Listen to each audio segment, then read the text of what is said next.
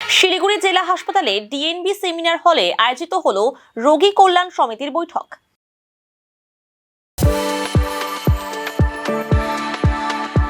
We are the dreamers, the achievers, and the leaders. Come, join us today.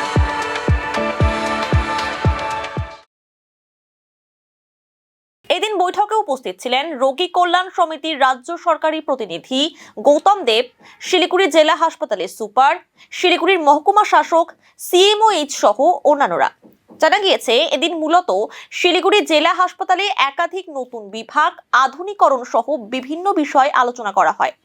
এদিন গৌতম দেব বলেন, হাসপাতালে ভর্তি থাকা রোগীদের জন্য ই পোর্টাল চালু করা হবে। এছাড়াও হাসপাতালে মা ও শিশুদের জন্য একটি ইউনিট গড়ে তোলা হবে। শীঘ্রই সমস্ত বিষয়ে কাজ হবে বলে জানান তিনি। এর আগের মিটিংয়ে যে রেজলিউশনগুলো ছিল সেগুলো আমরা মোটামুটি কার্যকরী করেছি, সেগুলো নিয়ে আলোচনা হলো। আমাদের ডায়ালিসিস ইউনিট 5 বেডের ছিল, সেটা আমরা একসাথে 10 জন মানে +5 আমাদের ডায়ালিসিস ইউনিটটা হচ্ছে। আমাদের আরেকটা ভালো জিনিস হচ্ছে, আমরা আমাদের ইনডোর পেশেন্টদের ক্ষেত্রে প্রাথমিকভাবে আমরা ই প্রেসক্রিপশান, ই রিপোর্ট, ডায়াগনস্টিক্সের আরও এক্সরে বা অন্য কিছু একটা পেশেন্টের যা যা পরীক্ষা নিরীক্ষা যা হচ্ছে সব আমরা ই পোর্টালে আমাদের government of West Bengal health department তারা এই পোর্টালে অ্যারেঞ্জমেন্ট করেছেন। সেটা আমাদের এখানে ল্যান্ড কানেকশান আমরা নিয়েছি। আগামীকাল থেকে আমরা চেষ্টা করছি যে এটাকে চালু করা।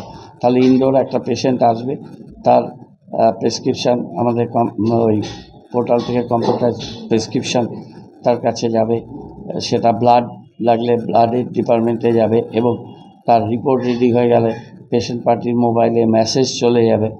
একটা এক্সরে হলো বা অন্য কোনো পরীক্ষা নিরীক্ষা হলো, আমরা ইনডোরটা দিয়ে প্রথমে শুরু করছি, তারপর আমরা আউটডোরেও এই ই পোর্টালের সুবিধা আমরা নেব।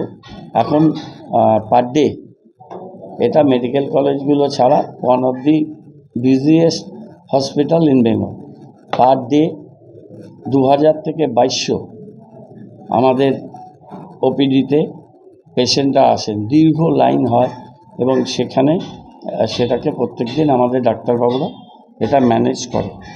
আমাদের এখানে কাওয়াসাকি বলে একটি ডিজিজ আছে, যেটা মূলত বাচ্চাদের disease, very rare kind of disease, এবং এই ডিজিজটা হলে খুব costly injection, IV immunoglobin injection দিতে হয়। আমাদের এখানে এরকম একটা রেয়ার পেশেন্ট এসেছিল, সার্থক ঠাকুর। আমরা আমাদের ডাক্তাররা, আমাদের পেডিয়াট্রিক এবং হসপিটালের ডাক্তাররা খুব যত্ন সহকারে সার্থক ঠাকুরকে কাওয়াসাকি ওই ডিজিজের পেশেন্টকে ট্রিট করেছে এবং ওই ইঞ্জেকশানটা দিতে 80,000 টাকা খরচ হয়েছে এবং সেটা আমরা আমাদের খুবই কস্টলি ইঞ্জেকশান, ওটা না দিলে প্রাণ সংশয়ের সম্ভাবনা থাকে। আমরা কিন্তু আমাদের রোগী কল্যাণে আমাদের ফান্ডের যা আমাদের আছে অবস্থা, তার মধ্যে থেকেও আমরা দিয়ে পেশেন্টটাকে বাঁচিয়েছি, বাচ্চাটাকে, এবং বাচ্চাটা এখন এখানে সুস্থ আছে। আমাদের পিএইচই জলের ট্যাঙ্কের একটা পাম্প, বড় পাম্প খারাপ হয়েছিল, পিএইচই ওটা রিপেয়ার করছে উইদিন 7 days। আমাদের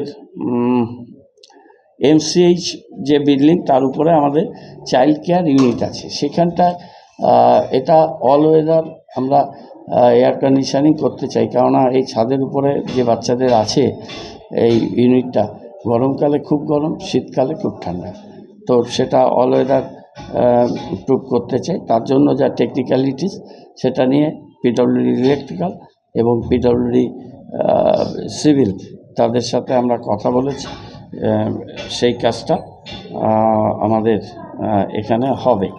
আর আমাদের এই হসপিটালের পেছন দিকটায় আমরা একটা বড় মাদার অ্যান্ড চাইল্ড কেয়ার হাবের মতো একটা বড় টল বিল্ডিং আমরা করতে চাই, জায়গা আছে।